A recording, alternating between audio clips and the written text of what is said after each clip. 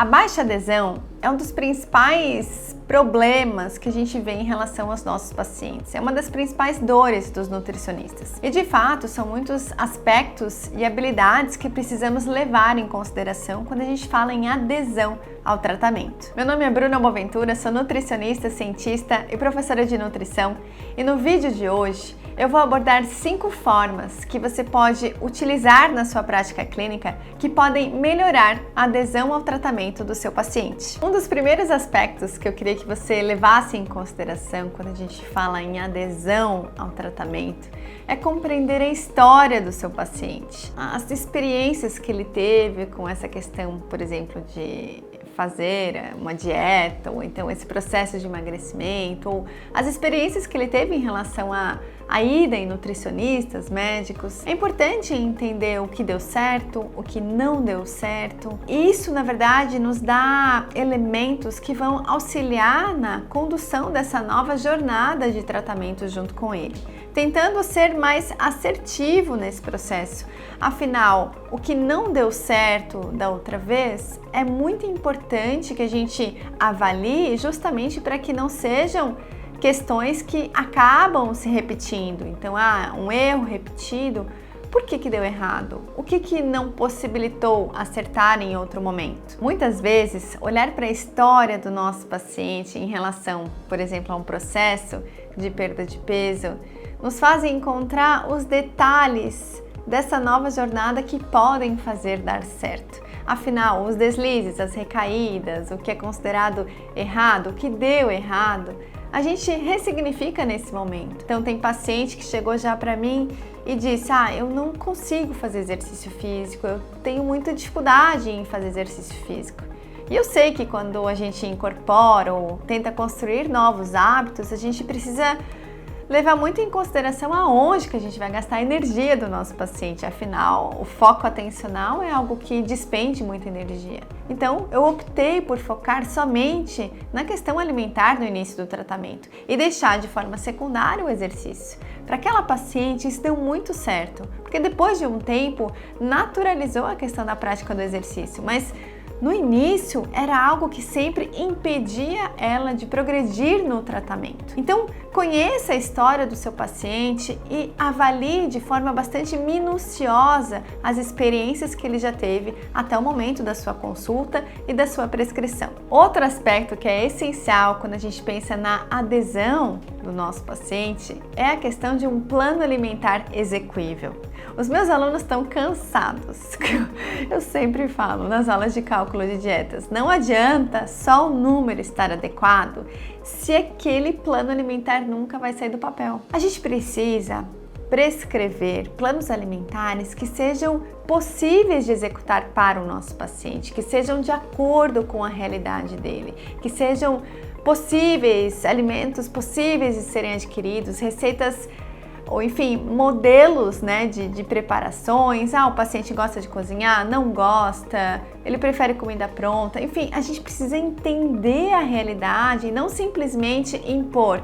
Coma comida de verdade, faça a sua comida, aprenda a cozinhar. Vocês já viram quanto que a gente pode impedir o sucesso só porque a gente não busca caminhos alternativos para fazer dar certo? E muitas vezes, eu já trouxe aqui vídeos sobre isso, essa questão da busca de uma dieta perfeita, de uma alimentação perfeita, o quanto que isso impede do paciente conseguir executar. Afinal, o perfeito muitas vezes vai ser inatingível. Sendo assim, na hora que a gente estrutura uma alimentação para o nosso paciente, na hora que a gente estrutura um planejamento dietético para o nosso paciente, a gente precisa olhar e, na verdade, conversar com ele sobre o quão execuível é tudo aquilo. Por isso eu gosto muito de fazer planejamento alimentar junto com o paciente. Afinal, a gente está nessa juntos, a gente está ali na guiança com o nosso paciente, é ele que vai fazer. Então, não sou eu que vou impor algo, mas ele vai dizer: não, isso eu realmente consigo. Então, o plano alimentar não é algo que a gente faça sozinho, só o nutricionista calculando e pensando o que seria melhor, mas é algo que a gente faz junto com o nosso paciente. Ali é o primeiro passo para a gente já entender sobre a execuibilidade do que a gente está propondo. Outro aspecto fundamental e que faz toda a diferença na adesão do paciente ao tratamento que a gente está prescrevendo é quando a gente cuida centrado no paciente, centrado na pessoa e não na doença. Eu trato muito pacientes com sobrepeso e obesidade, assim como muitos de vocês. Mas muitas vezes a gente olha só a obesidade, por exemplo. A gente não olha o paciente com obesidade. Então, a gente vai tratar o paciente que tem essa condição e tantas outras. E a gente sabe, por exemplo, a complexidade que é a obesidade, o quantos interferentes podem contribuir para aquela situação, para aquela condição. Então, quando a gente centra o nosso cuidado no paciente, a gente vai realmente prescrever o que tem a ver, o que tem relação com aquela pessoa que está na nossa frente. A gente vai olhar de fato para as características daquele paciente e não simplesmente os guidelines sobre obesidade, enfim, as últimas descobertas, o que a ciência postula, mas tentar entender toda aquela magnitude da ciência centrada no meu paciente. Por isso, quando a gente pensa em cuidado centrado na pessoa e não na doença, a gente está colocando o paciente no centro e não mais a doença. Então, quando a gente coloca o paciente no centro, a gente enxerga ele, a gente enxerga o que ele sente, a gente enxerga a história dele, a gente enxerga os desafios, os sentimentos, enfim, todo o quadro interno que vai contribuir, ou externo, questão ambiental, social, enfim, todas essas dimensões de cuidado que eu trago aqui, a gente vai olhar para essas dimensões todas do nosso paciente que tem aquela doença e sim propor um tratamento, considerando o paciente no centro e não a doença. É óbvio que a gente vai usar a ciência como base de todas as nossas prescrições, mas às vezes a gente precisa fazer algumas adaptações, porque a gente não tem muitas vezes como colocar aquela perfeição postulada por um guideline ou por uma evidência científica.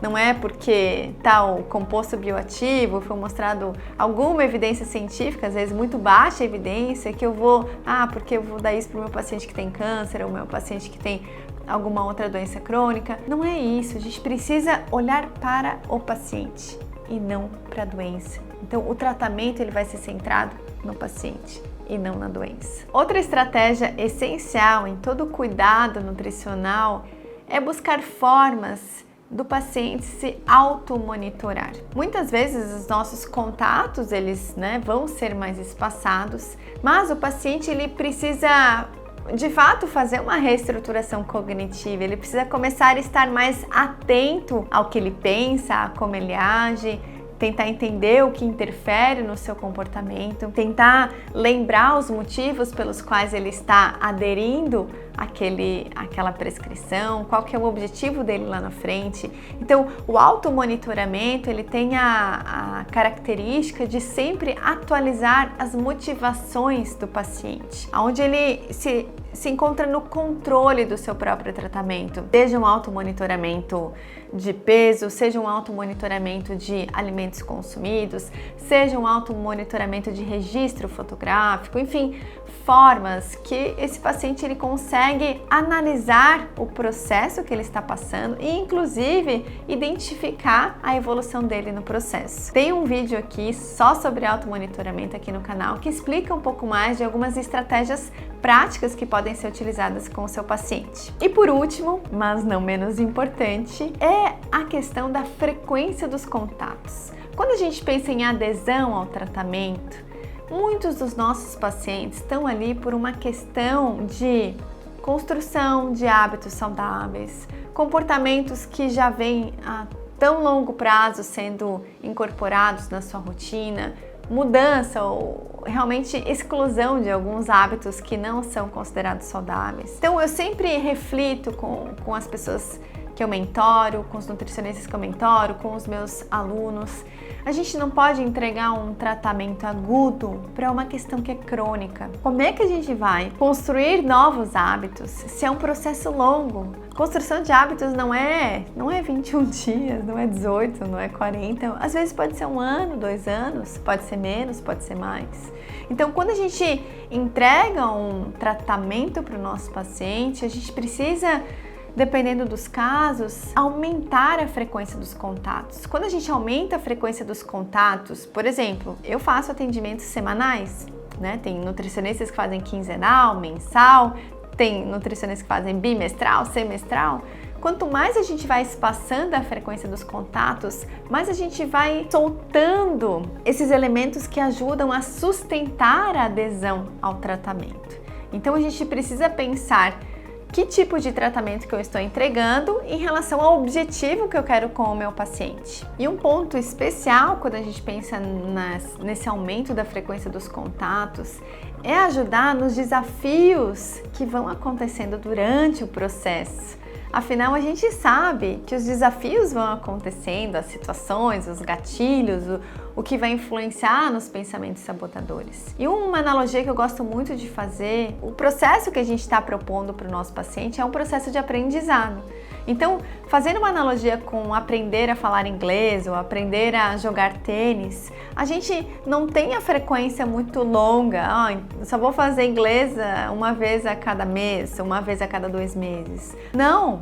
Eu preciso desenvolver aquelas habilidades para que eu consiga ter o resultado de jogar bem uma partida ou então de falar de uma forma fluida o inglês mais nativo. Enfim, a gente vai desenvolver essas habilidades de aprendizado e a gente precisa de frequência, a gente precisa de constância. Por isso, a adesão do tratamento do paciente, ela pode sim ser otimizada quando a gente aumenta a frequência dos contatos com ele. Mas, quando a gente pensa nessas 5 estratégias, formas de aumentar a adesão do seu paciente, a gente precisa desenvolver sempre a nossa comunicação clínica. Não adianta a gente simplesmente saber o que fazer, mas a gente precisa saber como comunicar tudo isso com o nosso paciente. Então, busque incorporar o paciente na sua comunicação clínica. Ele é protagonista do tratamento dele, ele precisa fazer parte disso.